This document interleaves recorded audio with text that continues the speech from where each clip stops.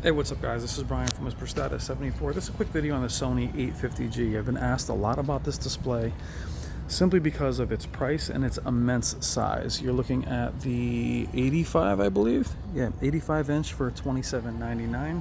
It cost as much as the 65 inch Q90R that I just did a video on. Now, a lot of you guys are wondering why I don't recommend these displays more than others.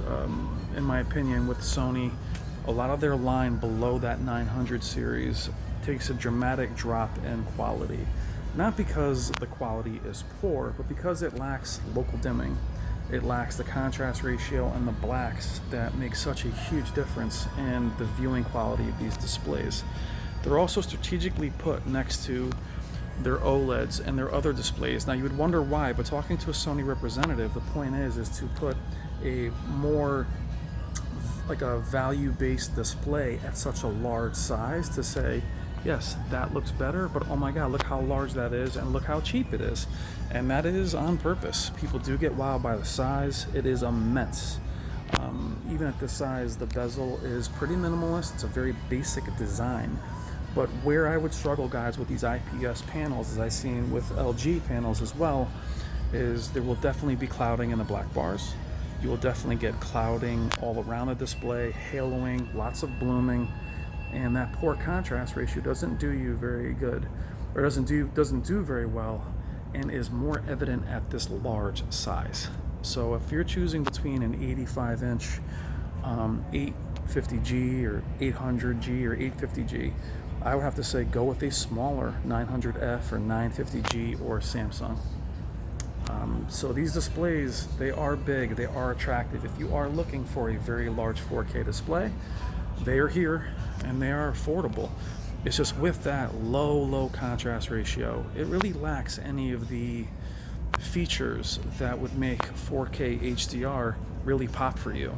And unfortunately, at this immense size, guys, if you do have issues like I had with the IPS panel, the LGs that I did videos on, it takes away from the overall image. If those black bars, you can just see kind of the lack of vibrancy in comparison to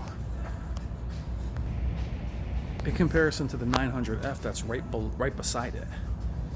So 900F, local dimming, full array, they are night and day as far as it looks like an OLED compared to an LED. 900F is very good, but again, a lot of you guys are really curious about a display this size, and I don't blame you. I mean, it is very attractive, but look at the difference in brightness and clarity. And that's not just pixel density, that is just legitimate, the brightness between the image and the clarity between the image, but the black level. So I really have a hard time recommending. If you really need a huge display, I would rather go with a 75 inch 900F Q80R, but I have a hard time recommending these larger LGs and larger Sonys that are below the 900 series, simply because they lack a local dimming feature, period. And the IPS panel just has a lot of those clouding and those issues that so many of us are leery of. So not really a display that I would recommend unless you were really on a budget and need a huge display. There are better options at this price at 75. There aren't many at this price at this size.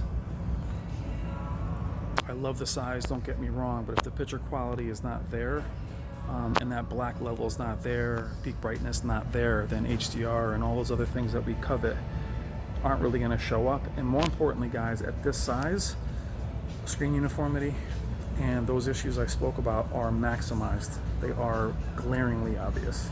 So a quick look at the Sony 850G.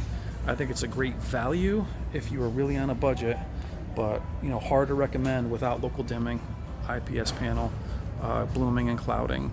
It's a little bit hard to recommend. And seeing them next to each other, the Sony 900F is pretty telling. See the demos side by side and the vibrancy in the 900F. I know it's hard to tell here, but it's night and day as I'm here live.